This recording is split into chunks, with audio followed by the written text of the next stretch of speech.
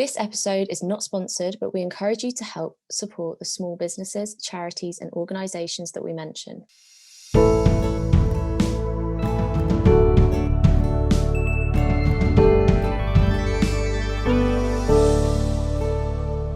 everyone, and welcome back to another episode of Our Circle. I'm Rhiannon. And I'm Jess. And today is our last episode of season 1. Woo! I mean, so exciting, but also like kind of sad, scary. I don't know. We are coming back, by the way. This is just us wrapping up season 1, and then we'll have a little break, but we'll talk about that a little bit later on. But just to let you know, this is the last one. So please make sure you're liked and subscribed and stream all the other ones while we're... And if you're still with us from the beginning... What are you doing? Thank you. Must be doing something right. But I was just sort of reminiscing back to when we started this, and we were in a lockdown. We were in a really big lockdown. We couldn't do anything really or go anywhere other than create a podcast. But speaking of being not able to go anywhere, I was thinking, okay, well, travel's now allowed, and I'm not quite there yet. I don't know about yourself, but we're not quite there yet. But I wondered, when you're allowed to travel, like, have you already got somewhere that you're like itching to go to at the moment, or do you have any idea on where you'd want to travel to next? I would like to see my grandparents in Ukraine. That's a big one for me because they're not getting any younger. They haven't met Mila yet. So that's kind of big for me personally. But also just, do you know what? I'm not in a rush, like crazy about going too far. I'm really happy to just go somewhere in Europe. So like Italy or Spain or something like that, just something not too far away, maybe to ease myself back into it. Right. Again, it's as if I'm talking as if I've got like so much money that I can just ease my way back into these small holidays. But yeah, I think somewhere in Europe where it's warm, sort of summertime, would be a great first place to go back to, maybe next summer. Okay. Hopefully things will be better then. I'm quite surprised that you've opted for somewhere hot, to be honest, considering how much you and I get so frustrated with the heat. But do you know what? I think that's because it's in London. I just associate holidays with heat. I've never been on like a skiing holiday or anything like that. Oh, like never a cold place? No. I think you've been... No. Yeah, I don't know. Maybe I'd like it, but I don't know, I'm weird. I don't like any extreme weather. It's just like, relax. Like, just chill out. We don't need to be too cold. We don't need to be too hot. That's just uncomfortable. So yeah, or maybe springtime would be better for me then. Going somewhere where, But definitely Europe at the moment. Okay. I think I'm a little bit more extreme, only because I'm desperate to see my family in New Zealand. So that means I have to take the furthest journey there is known to mankind. And I think my family are all in agreement that so I think us as a family and being citizens of New Zealand as well, I think we actually can fly back there, but the issue is like the quarantining side of things. Right. Like, I don't want to have to do that. Like, that's a lot. Like, you have to pay to stay in a hotel for like 2 weeks. Like, when we go there for a month, because obviously it takes so damn long to get there, and to see everyone and to actually feel like we're having some sort of a break by getting to see the country and stuff. So I feel like that takes up a lot of time, like, having to quarantine. So I don't know, I think I want to wait till all of that sort of stuff is done, like where you have to keep doing all these tests and whatever, because that just takes it away from me. I was having this conversation with Bunny, and I was saying, like, I feel like the most stressful part of going away should be picking your breakfast at the airport. Like there shouldn't be anything more stressful than that. Like, it should just be fun, and I just feel like at the moment it doesn't seem like that. So I don't think I can see myself traveling until that side of things done, but then it will be back to New Zealand for sure. And then it sort of started making me think about first experiences of travel, and I don't know about you, I was very young when we first went back. My first flight was to Japan and then to New Zealand as a stopover, and I was 2. Wow. I was Mila's age. So brave. And my mom had me 2, and she was pregnant, I think 5 months pregnant with Isaac. So that was, again, not to age us horrendously here, but like, we didn't have TVs on the back of planes, and we didn't have mobile phones and stuff. So to me, traveling as a child meant getting a big ass rucksack filled with toys to basically that would be almost drip fed to us throughout these long flights to keep us entertained. And I wondered what your memory or your first memory was from traveling. Like where and when was the first time that you traveled? I think, and this isn't by memory, this is just from what I've been told, I think one of my first flights would have been to Ukraine to see my mum's family there. But we also went to Spain at one point, I think when I was about 2 or 3, because my auntie was living out there and working out there. Oh, wow. So, yeah, so we went to Valencia, I think. Ooh. I have no recollection of it. And I don't know how, like, the flight would have gone or anything, but my mum and dad were there. So at least the two of them could have helped out. And it was just me. My mum wasn't pregnant with my sister or anything like that. Right. But my first actual memory, I think it was Ukraine, but one that isn't that. We went to France when I think I was in year 5. And we went to this like resort where they've got like a pool and little like shops and restaurants like all in one kind of site. And yeah, my memories associated with like flights and travel was always getting like a crossword book from the like WH Smith in the airport, and like magazines and things like that. I think I got like, when I was a little bit older, I'd get like Teen Vogue, and that was like huge for me. I was like, whoa, this is really cool. But yeah, like you said, we never went on like a long haul flight. I hadn't been on a long haul flight until I was 21. So oh wow, okay. So yeah, like I had never done short haul flites until I was an adult, and that was wild to me. Like I was like, I don't get a pillow and a blanket. I don't have to where's the comfort? I don't have to wear socks, like compression socks, and I don't have to where's the food? Yeah, like the food. Oh my god, like it was crazy to me. I was like, wait, when do we sleep? Oh wait, we don't, we'll be arriving within a couple of minutes. Like that was crazy to me, taking a short flight. And I think a lot of people probably suffer with this. I have horrendous air sickness and travel sickness and motion sickness, so I was horrendously ill throughout most of my flight experiences before the age of 18, because I found out later on, I was fuming when I found this out, it was because I wasn't, basically when you get to 18 then you're allowed like the stronger drugs that actually help with all of this, and I was like, why did I have to wait till I was 18? And they're like, oh, because you like when you're done growing. I was like, I stopped growing at 12. Like, why have you not been giving me this? So that was like that really destroyed my enjoyment of travel for sure. When I was younger, I used to hate it and fear it, but obviously then you'd get to the place and it'd be great. But that was just awful for me. But then once I got to 18, I could start taking medication, so I am a very good traveler. You know, other than that, but yeah, short flights for me were just such a breeze. To me it was like being on a bus journey. I was so excited. It goes really quick. Yeah. Long haul flights just feel normal to me. I find short ones just quite, like, I enjoy short ones because it feels like the novelty hasn't worn off for me with short ones, whereas long ones I'm like, I'm in it, here we go, day's worth of travel. That's what I was used to. That's the only sort of thing I experienced when I was younger. And so how are you with like jet lag and things like that? Getting to a place fine, coming back bad. Like, and I always say I'm convinced it's the universe telling me I'm in the wrong place. I get really bad jet lag, but getting to the place so I don't get jet lag, it's like I'm like, yeah, I'm meant to be here. Yeah, and you just get on with it, don't you? Like, if especially if, like, you're on holiday, or like you said, you go and see your family, it's like, oh, we've got plans, we need to get on with it and just kind of roll with it. But then you get home and it's like you already have these like post-holiday blues where you're just like, oh, back to, and it always seems to like rain or be really cold when you get back. And I feel like, I don't know if it's just a coincidence, but I feel like the majority of the times that I've flown somewhere, we've landed in the evening. So it meant that we didn't have too long to, like, you know, oh, nice to see you all, blah, blah, blah. Okay, bedtime. So now I can sleep. Right. And then you wake up and you're just getting on with the day, as opposed to feeling exhausted from a long flight and then having to stay awake for the rest of the day. That's a killer. So if you had the chance to go anywhere right now and with Mila, like, where would you want Mila to go to?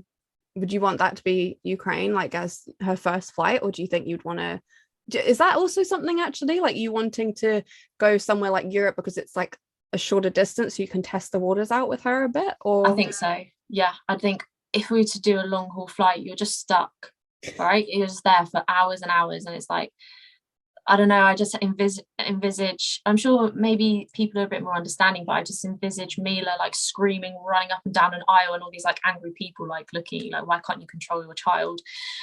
So I'd kind of would probably want to test the waters and get all that excitement and everything out of her in a short haul flight. Right. So she kind of understands how it works, because obviously if it was a long haul for the first one, she'd just want to explore everything, right? So that would be just like 10 hours on a flight, like running around. So yeah, but in an ideal world, so if I had a bit more money, I would love to go. Top places to go to where you're not having to think about, okay, has Mila adjusted? Like, Mila's adjusted, she's an angel child on travel, we've got that down, and money's not a problem, we can fly wherever we want, COVID's not a problem, we're just going to have fun and go away. Where are we going? I say I'm coming. We're going. Well, you know this about me, I've always wanted to go to New York. That's like my top place that I want to go to. Come back. And I won't come back. That's heavily influenced probably by TV and films and rom-coms. A lot of rom-coms seem to be set in Central Park, where they're getting proposed to and all of that. That is like, that would make me feel like a princess. Yeah, Joe already knows this information. And Joe's already been to New York, which, even though we weren't dating when he went, it still annoyed me. I was like, you've been and I haven't, like, that's just really annoying. Also, I have this weird thing with, like, if Joe's already experienced a place, I don't want to go there with him, because it's not the first time for him. I get that. I want to go somewhere new with him, so it's like fresh eyes for both of us, and we're experiencing it together. Yeah. So but then we went to Barcelona. And you both when I was pregnant with Mila. He's been before, very like fleetingly with his grandparents, and I've been when I was 18 for like 5 days or something with my girlfriends at school. That's the rule. If you've both been there separately, it's fine, we can go. Then that's fine. Yeah. And it was years later, and we were experiencing it for the first time. But Joe used to travel quite a lot with his friends, sort of like every half term, because some of them were teachers or are teachers, right? And things like that. They'd go like in February half term, and Joe was like king of finding these really good deals with EasyJet and stuff. So yeah, I prefer to go somewhere completely new that the person I'm going with hasn't been to before, so that we can almost like create new memories. Because I didn't like the idea of like walking around somewhere and Joe being like, oh, and telling me a story about like this corner that he'd been to with his friend on his previous trip. I'd probably roll my eyes and be like, well, you're here with me, like, why are you even thinking about someone else? Is that crazy? No. But yeah, I think somewhere like New York, but then in like a stark contrast, I'd really like to go somewhere like Hawaii, I think, or like somewhere with like amazing like beaches and calm life. Like, I'd really like that as well. You're like, what's that like? Yeah. I wonder. Yeah, and I think that would be amazing for Mila as well. Like, if I'm thinking about Mila, I think beaches and stuff would be really cool. So would you want to do a trip then? I mean, probably not, but like, can you envision like you doing trips without Mila, where maybe it's just you and Joe, or even like a girls trip? Do you think you could even see that happening, or do you feel like, nope, that's not happening? I think so. I think like at the moment, so for context, I just started a new job and I'm getting used to spending some time away from Mila, like a couple of days a week. I'll have like a whole day, like 9 to 5 without her, which I thought I would struggle with a lot more at the start, but I'm a lot more used to it now. I've seen that she's really happy with going to stay with her grandparents and things like that, but I haven't done an overnight yet, and just the thought of it just really, I don't like it. No. But I think eventually I'll get to a point, because Joe and I have spoken about when we get to a point where we can afford to go to New York, and a point where we're ready to leave Mila. Yeah, I think somewhere like New York is probably best, just the two of us, not for like proposal purposes, but just for ease. I genuinely feel like if Joe says, right, we're going to go to New York, you're going to be like, I'm getting proposed. I need to get my nails done. No, I think somewhere like New York, I think I don't want to say prefer, because I want Mila everywhere I go, but I know something. I think I prefer to explore New York without Mila, because it's like a you thing. yeah, and I'd want to go to maybe like a sports game, or like, you know, or go, What? I don't know, just like go to like the theatre, or like, you know, do like those like milestone things which kind of limits you a little bit when you've got a little one with you. But yeah, but if we were going to like a beach place, then yeah, I'd take Mina, definitely. Where do you want to go? Okay, so I've got a few top places that I definitely want to go to. So obviously like New Zealand's one, that's like family, going back to America and stuff. That's, I feel like for anyone who knows me, that's a given. The places that I really want to experience, the top of the list is Japan. That is such a, like, I went there when I was 2 and it was only for like a night, I think. So it was a layover, and you know, I want to actually experience it. So I'm hoping 2023 will be when that happens. So that's definitely top for me. I'd love to go to Italy. And Have you not been? no, I've never been to Italy. None of Italy, not even like the islands and stuff. So I'd love to do that. Like, I don't understand what's not to like. Food, men, drinks. They seem like they have it all. I don't understand. Would you go with Giorgio? Yeah. Oh my God, yes. I said to him, like, we have to go. He's like, we're gonna find the most amazing men. And I was like, well, you will do the translating. Yeah, I would 1,000% go with Giorgio. That would be so fun. I'd like to do Greece, like the Greek islands and stuff. That just looks beautiful. You've like, been to Greece, haven't you? Very fun. Yeah. I went like to Kavos when I was 18, and it just I didn't realize where I was going. Let's just put it that way. I just wanted to have a beach vacation, and then booked the first place that was I turned up at Kavos, and then, yeah, anyway, I'd like to do like places like Santorini. So different. I'd like to do places like that. And so before we started recording, I said, can you imagine if like you only had 3 flights you were allowed to take, and that's it for the rest of life? Like, say, because you know, unless if things change, I don't know what's going to happen, you know. So where would you want to like use up your last flights? And I'm like, okay, I'm not going to choose my last flight to be on Europe, because you're all connected, so I can just get the Eurostar there. So Europe, you're out. And then I'm like, okay, I feel like I should use it up to get to New Zealand, because that's long.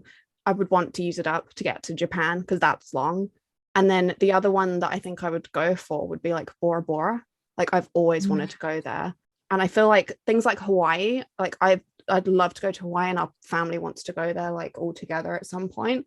I feel like if I was living in America, like in Cali, I wouldn't have too big of an issue like getting a boat. Like, even if it took like a while, like a cruise ship or whatever, that's fine. We can still get there. So I'm like, okay, that's good. So I think I would use my last flights up on those ones. Where do you think you'd use your last flights up on? Yeah, now I'm thinking. So I haven't been to Asia at all. Okay. So I think anywhere in particular you would want to go to in Asia? I think India. I think India would be really, really cool. And then, like you said, if once you're sort of there, you've taken your flight, I feel like you could probably get trains. It would be long, and I'm not the most patient person on transport, but maybe I'd grow by then and be like, there's no other option. So yeah, I'd get trains and stuff to other countries.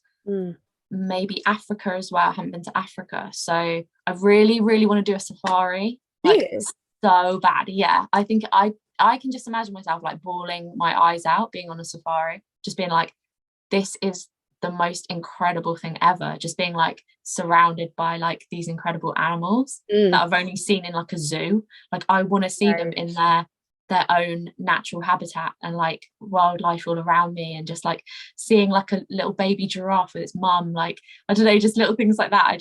I would think that'd be the most amazing thing ever. I don't know where in Africa, to be honest. I don't know, but I'd get a flight to get myself over to Africa. Yeah, and then probably, like I said, New York. So it'd probably be those 3 flights. Because in my head, when I think of America, I think, well, but like in history, like we'd always get boats over to America. So I'm like, oh, maybe it's not that far. Like, yeah, but I understand like cruise ships and stuff, right? Yeah, for sure. I think it only takes a few days. She says only a few days. I'll come back. I know, when you say Africa, like for the safari stuff, you would think that I would be desperate to do that, but it's never been something I wanted to do. Really? Yeah, I don't know. I sort of think I'm almost like, do you know what? I don't even want to touch it. I want it to be left wildlife. You know what I mean? Right. Obviously, I know that people live in Africa. There's so many different countries within the continent of Africa. But when I think of the safari side of things and wildlife and stuff, I'm like, oh, I just don't want to touch it. I want it to, I know that the elephants live there. Let them live No, there. but I just want to observe it. I just want to No, be I like, get it. this is like nature in its like purest Yeah. kind of form, just obviously standing back. I don't want to be like, oh, let's stroke them. Like, Yeah. I just want to be like watching it happen rather than, you Yeah. know, in this country, we don't have that amazing, like natural wildlife Well, it's sort of limited. habitats We're going on. limited on habitats that those sorts of animals can actually live. And yeah. And they shouldn't really be here if they are. Yeah. You know, I want to see them where they should be and where they're thriving and like Yeah. just part of nature. So yeah. Oh, that's got me like excited now. Yeah. That's cute. I think that would be like really fun for you to do with Mila as well. Yeah, If Mila makes the I cut. also think that flights and big amazing holidays with her can wait until she'll remember them. Yeah, I'm not taking you to Disney, for example, which by the way is probably going to take me 10 years to save for anyway, but I'm not going to take you to Disney if you're not even going to remember it. right. Like that is, I went when I was 21 and that was like the biggest deal in the world and still is, and I absolutely loved it and I will remember it for life as one of my favorite holidays ever. Yeah. And it was because it was appreciated and it was so special, and I was 21 so I could drink, which was Yeah, so cool. that makes a big difference. It's so cool. Do you have any routines then that you do, like when it comes to travel, or traditions that either you've done with your family or with Joe? Like, what are the traditions that you have? Because I feel like quite a lot of people have them. Are we talking like pre-airport or airport? Yeah, like pre-airport, airport, like whatever. Like, what is the tradition or routine that you have when it comes to traveling? Right, so I'd probably start packing a couple of days before we go. Okay. I'd make a list, but probably still forget something. When we get to the airport, I don't know why it tends to be mornings that we go to the airport, and that's with my family and also with Joe as well. Mm-hmm. So like you mentioned earlier, the choice of somewhere to go for breakfast, that's definitely a thing. Breakfast at the airport. If we were going on like Joe and I went to Mexico 3 years ago now, and we had like a little glass of bubbly like before we went, because it was like such a huge flight and such a like big holiday to go to Mexico for us. So yeah, a little glass of something maybe. Again, that's only been in my adult life, which has not really actually been that long. That's it. Again, it depends on the length of the flight. Actually, yeah, I was going to say that's quite true, because I was thinking, yeah, there's definitely routines in our family, but that's because we've got a long trip to do, sort of thing. Yeah, I think I've still kept up the routine of getting like a crossword book, or like, which is so stupid because I never finished the books, so I could probably just take the old one from like the last trip I took. But buying a little crossword book, and well, now we've got our phones as well. Like I'll always download a couple of games, like little board games, like Joe and I used to play. Is it Ludo? Oh yeah. That was a bit of a tradition when we went on our holidays. What about when you get there? Do you ever like bring back certain souvenirs? You know, like some people love to get magnets or mugs, stuff like that. Do you ever do anything like that? Yeah, when I was a bit younger, I'd get those I heart wherever tops. Yeah. So I got to like 20 and I was clearing out my wardrobe, and I was just like, what am I going to do with all these tops? I can't have thrown them all away. I really hope you've kept them. We could turn it into a blanket or something for you. Yeah, I need to ask my mum. I really hope I haven't thrown them away, because there were a lot of them. And if my mum and dad went anywhere without us, they'd bring one back as well, which was cool. Magnets, that's a huge one in our family actually. Our fridge used to be absolutely covered in, I say it again as if we go on like so many holidays, but like if someone would go away, they'd bring one back and we put it on our family fridge. That's cool. Yeah, what about you? So pre-airport and everything, I don't pack. I usually call Gracie the night before. She comes over, writes a list, and then I pack it before the flight. But otherwise, I mostly good. I usually am someone who underpacks, even though it looks like I overpack. Like I usually haven't packed enough, so I use that as an excuse to buy things when I get there. Yeah. Getting to the airport, I am not really someone who eats too much. I'll usually go to Pret and get like a pastry or something, and then Is that because you feel nauseous when? well, I don't feel nauseous when I get there because yeah, a little bit. And then once I get on my flight, so most flights, it's like once you board, you've got about 20 minutes until you're actually in the air. So that's when I take my medication. And then I'm like, oh no, if they say that the flight's delayed, because I'm like, oh, is it going to last till? So it's a lot of calculating for me, like when I can take, depending on the flight. So if it's a short one, I don't take it. Like if I'm going to somewhere in Europe, I don't need to take it. But I tend to travel long haul flights. So I have to do a lot of planning on, because I get medication where I can only take 3 within 24 hours. So if I'm traveling for, X amount of time, I have to work out, especially when it comes to New Zealand, I'm like, wait, I can technically take a 4th one because we're now past 24 hours of traveling. Right, yeah. So it's stuff like that. I always carry with me my tiki, which is so in New Zealand and Maori culture, you can only be gifted a tiki, like you don't buy one for yourself. So this was my dad's best friend's. He gave it to dad, and then dad wore this like when I was born, and then he gave it to me. So I take this everywhere with me, like if I'm traveling. It's like it's protective. Yeah, I will not fly without it. But other than that, I don't have too many traditions. Like I'm someone who's a bit more of a solo traveler as well. Like I'll meet people at the place, so I don't have too many traditions. I might bring stuff back. Like if I'm going to America, I always buy a bag of M&Ms when I come back, just because they have the jumbo size. So I'm like, and I love them, and you can't really get them here. Okay, so if we're talking about a long haul flight, like with my whole family, that's a different thing. So when we're arriving, I'm like, give me all the passports, like, so we're sort of going through all of that. That doesn't surprise me, you're the organizer. And we'll make sure that everyone's like got the weight of the bags, like the distribution's fine, that all goes off, trying to find where we've got to be. And then when we get on the flight, I don't know why, because we've even picked our seats now. That didn't used to be a thing. You didn't pick your seats, you just given them. Now that we can pick them, I don't know why it's such a thing, but we're like, okay, where are we, sort of thing. And then when we sit down, it's pretty much like I get all of my stuff out, like I get my wristbands out, like the travel bands, take my head, like everything's all sorted. Isaac will basically go blanket on, headphones on, movie done, and he's good for 36 hours.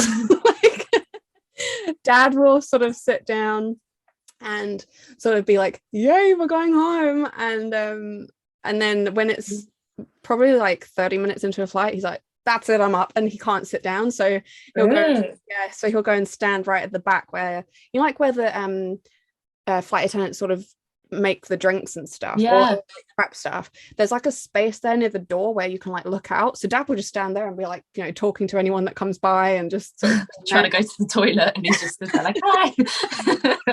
Isaac get up and go stand with him for a bit, and then when he can be bothered to sit back down, then he'll sit and he'll just sleep.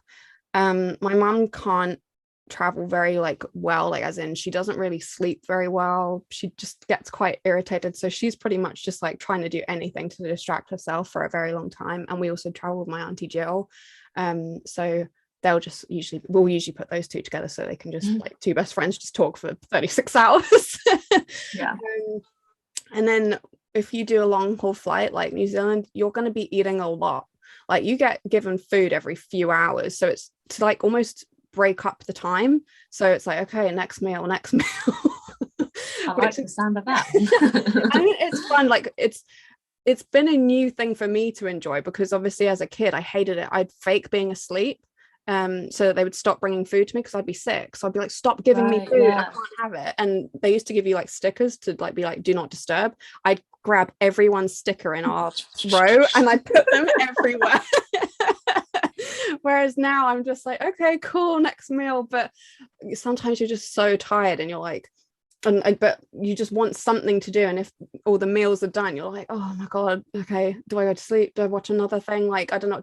Also with my medication, it knocks me out. So I'm kind of fortunate that I just sleep for most of it. But, I always remember the last time we went, I had been dreaming about pizza. I was so desperate for pizza. It was just that is a tradition. I have pizza in every single place I go to. I've recognized as well. I've realized every place I've ever traveled to, I've had pizza.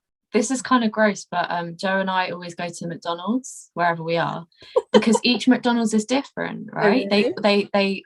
They serve different things, and pretty much every other country but the UK do alcohol in McDonald's as well, Oh, like maybe I'd like beer. this, so. No, they don't do like fun stuff like Oh, right, margaritas. okay. They'll just do beers. But when we went to Vienna, they did like heart-shaped like mozzarella things, and like Oh, I don't know, wow. it was like we'll order something that we can't get in the UK. Right, okay. Um Yeah, no, that makes yeah, sense. yeah. But no, I don't. Sorry, No. Literally, the moral of the story was pizza.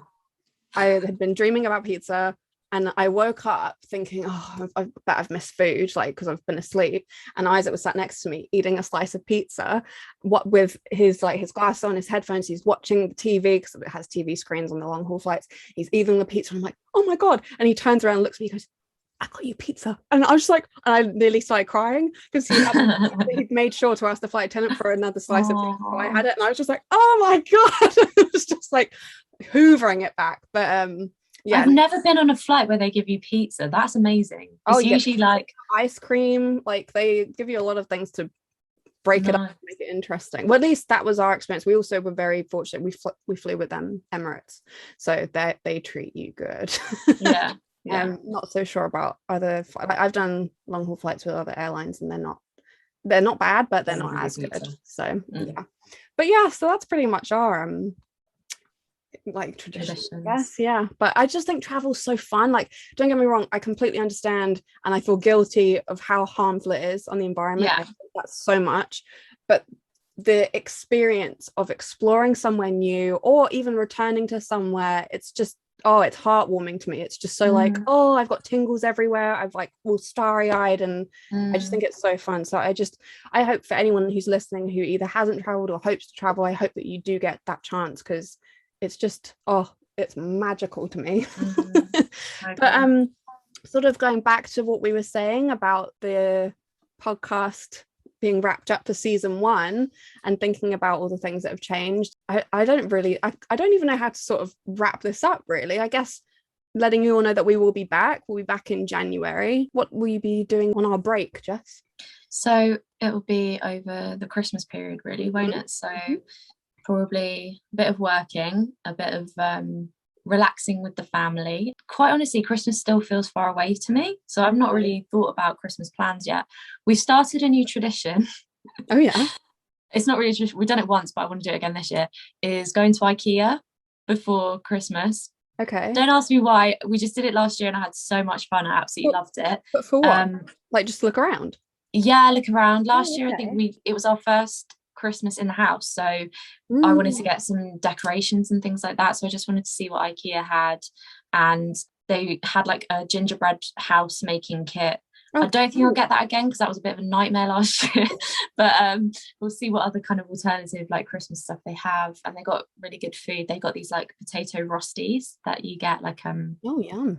Freezer ones, so I'm going to fill up the freezer with those. Yeah, I think I'd quite like to do like a mini trip to somewhere like Bath maybe, and do like Christmas markets. I love Bath. Maybe we could do a girl one. That could be nice, couldn't it? Okay, well, have a look and follow us on Instagram for that. Stay tuned in January for any stories about that, maybe. Yeah. What about you? Have you got any plans for the break? Mostly just art stuff. So obviously, please follow and look out being Rhiannon Art. Yes, please do, so that you can see any of the products that I've got coming out. Maybe you might be able to buy something for someone for Christmas. Don't have any plans as far as I'm aware other than that. It's just mostly working on our season 2 set. We are going to actually be recording together in person for the first time, which is super exciting, and we're going to sort of give a little bit of a makeover to our look of our circle. So yeah, definitely stay tuned for that. And we just also wanted to thank every guest that's come on here. I'm actually quite blown away the amount of people that we've spoken to, considering we pretty much, like I had said in a previous episode, I messaged Jess being like, do you want to do this? And a couple of weeks later we had everything set up and just threw ourselves into recording. Yeah, had no idea what this was going to look like. And I guess season 1 definitely was about opening our circle to everyone and inviting people in, and I've loved that. I think we've both heard from whoever likes to listen, that the episodes that you've really enjoyed are actually ones with just the two of us as well, which we really appreciate, that you want to listen to anything we have to say.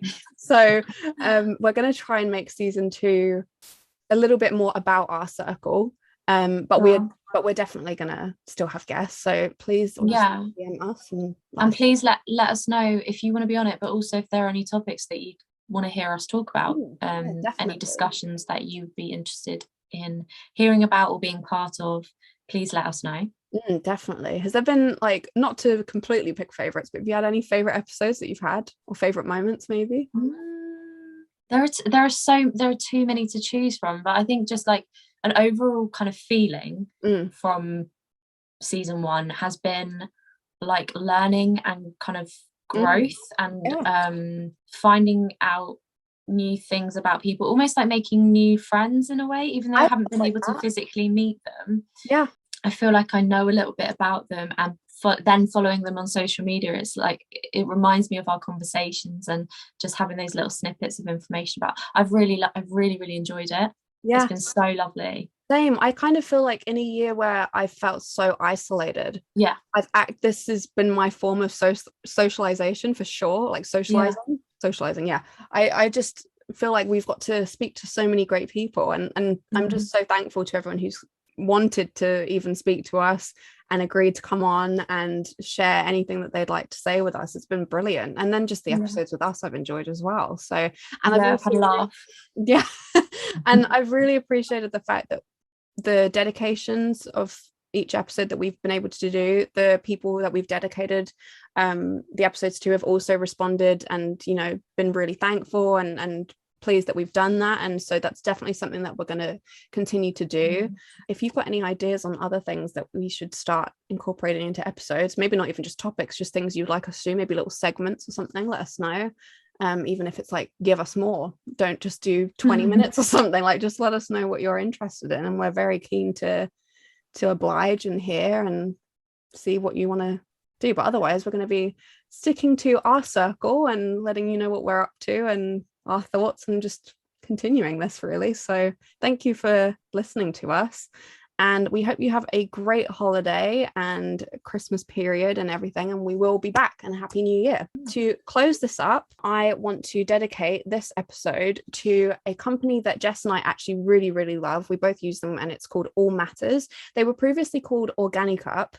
They are a sustainable option for menstruation. So it's a menstrual cup. For anyone who doesn't know what that means, it's basically a product that you use for your period, and instead of using tampons or sanitary towels, it's a little silicone cup and it's inserted and you just have your period with that. It's super clean. Like, people who are like, oh, it sounds really gross and dirty and stuff, it's not. For me personally, it makes so much more sense. It lasts for 10 years. That's not 10 years it's staying inside you, by the way. It's just a 10-year product.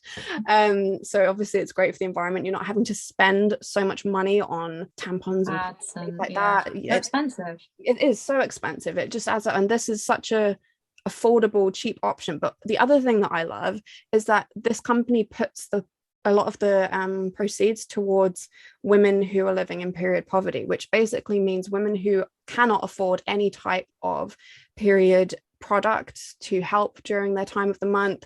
And that can really affect women's livelihoods. It can stop them from going to school. It can stop them from going to work. It can actually put them in a lot of danger as well. So it's a company that I absolutely love, and really, really would encourage anyone to either just donate. If you're not comfortable using a cup, absolutely fine. Really recommend it though. I've been using mine for about 3 years now, and it's honestly changed my life. I have horrendous periods, and even though I still have bad periods, they're actually somewhat better because of these. Just from comfort point of view, it's just so much better for me. So that is All Matters. So at All Matters on Instagram, they have their website. I'll put all the links in the description as well. Please follow them and support, and it's just such a great cause. So All Matters. Okay, so I guess we're going to wrap up for season 1. Thank you everyone who has listened for all of our episodes, or just this episode. Please make sure to like and subscribe, share with all your friends, and re-listen to season 1. Make sure to stream on all of our streaming platforms. I don't know what more else there is to say, but we'll see you in the new year. Yeah, take care. Bye. Bye.